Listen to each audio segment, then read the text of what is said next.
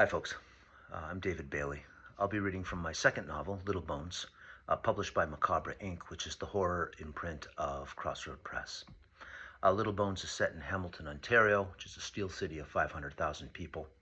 Its 20-year-old protagonist, Scott Campbell, was orphaned at 9 years old, suffered pretty terrible neglect and occasional abuse in the foster home system, and to make matters worse, still suffers from undiagnosed selective mutism.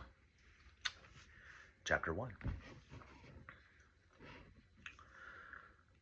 Summer rain clouds hang over the city, swollen and languid jellyfish trailing their tendrils of drizzle across storefronts and streets, along the tar slabs of flat-roofed strip malls, in between the pungent narrows separating dumpster backs from alley walls. They ride the lazy current, pushed or dragged across the western tip of one great lake to skim the northern shore of the next one. The city's harbor, a gray and mottled mirror, wears the somber clouds like a bruise. The city itself mostly ignores the rain, or its denizens momentarily note, perhaps, droplets making their shaky way down the outside of a bus window, or how a sullen, greasy-coated dog pauses to shake before returning to nudge and nose some invisible street stain. Senses dulled to these minor shifts in the circuitry, people slip effortlessly back into their own tiny worlds. But the senses, Scotty knows, process a reality that sometimes isn't real. When it rains like this, Scotty's apartment smells like wet dog. His widowed neighbor smells like hot dog water and old broccoli, not just when it rains, but all the time. The girl he likes on the third floor smells good, like lemongrass on some days, and on others like peach yogurt. But her cramped flat smells of her boyfriend's stale clothes and recently extinguished scented candles, waxy, saccharine. Tribal, when he comes over, smells of leather and weed and occasionally of violence. His brother Sirius smells of nothing, sometimes regret, but Scotty knows this is imaginary. How can regret have a smell? Then again, Scotty doesn't own a dog.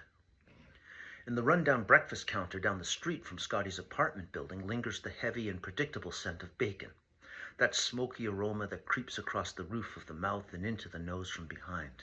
It's from the kitchen, this Scotty knows, but the coffee tastes of it too, salt and grease and rind, comforting and constant.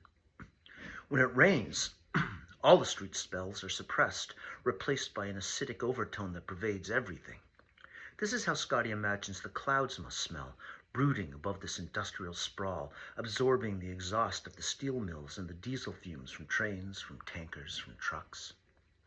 Down by the harbor, the slate-gray water always smells a little of diesel, or maybe of newly poured asphalt, but also of dead fish and of something else.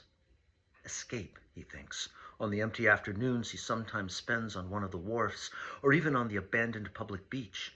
The sand, lead-heavy and gray like the water, is littered with bits of discarded trash and the occasional bloated carp, black flies swarming about the soggy mush where an eye used to be.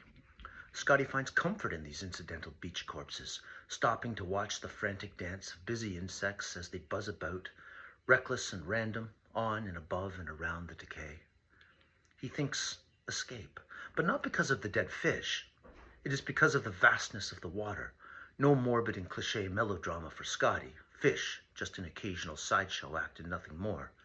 But the fish, living or dead, are like him, utterly silent. Thanks.